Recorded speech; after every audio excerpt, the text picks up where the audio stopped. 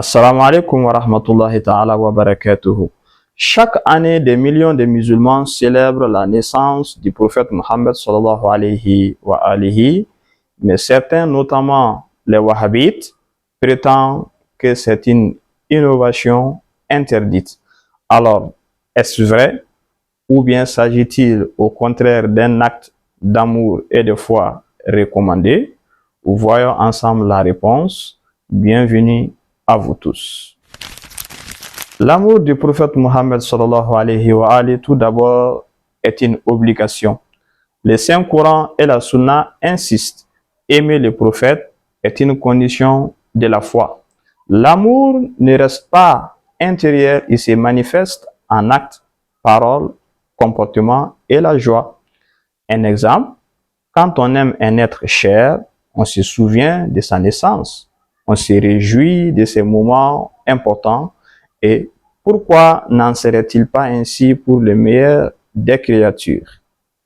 Imam Ja'far Sadiq alayhi salam disait dans un hadith, je cite, « Tu désobéis à Dieu et tu montres son amour.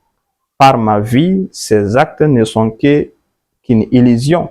Si ton amour était vrai, tu lui obéirais, car l'amour obéit à celui qui l'aime. » Safiatul Bihar, chapitre Al-Hubb. Maintenant, nous allons essayer de répondre aux différentes réfutations de l'accusation d'innovation concernant la fête du Mawlud. Les Wahhabites disent, je cite, « Le prophète n'a pas fêté son anniversaire, donc c'est une innovation. » Nous leur répondons, tout ce qui exprime l'amour du prophète, tout ce qui renforce la foi et qui ne contredit pas la loi divine est permis et recommandé. Les savants sunnites, chiites ont confirmé cela. Nous allons voir maintenant les preuves coraniques là-dessus. Concernant les preuves tirées du Saint-Coran, il y a un rappel du jour d'Allah, un verset qui parle de ça. Et rappelez-leur les jours d'Allah, Sourate 14, verset 5. Le jour de la naissance du prophète est un jour des plus grands jours de l'histoire humaine. Il doit être rappelé, commémoré et célébré, si vous voulez, tous les jours. Se réjouir de la miséricorde, comme Allah subhanahu wa ta'ala dit dans le Saint-Coran, dit, c'est par la grâce et la miséricorde d'Allah qu'il devrait se réjouir. Cela vaut mieux que tout ce qu'il amasse. Sourate 10, verset 58. Ibn Abbas explique la grâce est la science et la miséricorde c'est le prophète sallallahu alayhi wa alihi. Autre verset, je cite, et nous t'avons envoyé que comme miséricorde pour l'univers. Sourate 24, verset 107. En conclusion, Allah subhanahu wa ta'ala nous demande explicitement de nous réjouir du prophète. L'élévation du souvenir du prophète, comme Allah subhanahu wa ta'ala dit dans le Saint-Coran, et nous avons élevé ton rappel, Sourate 94, verset 4. Célébrer sa naissance, c'est renforcer son souvenir et élever sa mention conformément au Saint-Coran.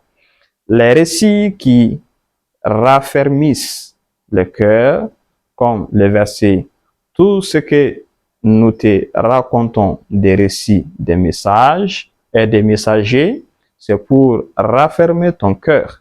Sourate 11, verset 120. Raconter la naissance du prophète Mohammed sallallahu alayhi wa alihi et ses signes miraculeux fait partie de ces récits qui renforcent la foi et des croyants. En conclusion, nous pouvons dire que le Coran ordonne de se rappeler les jours d'Allah. Il recommande de se réjouir de la miséricorde et le prophète est cette miséricorde. Allah subhanahu wa ta'ala a élevé son souvenir et nous devons l'honorer. Raconter sa naissance fait partie du rappel qui consolide la foi.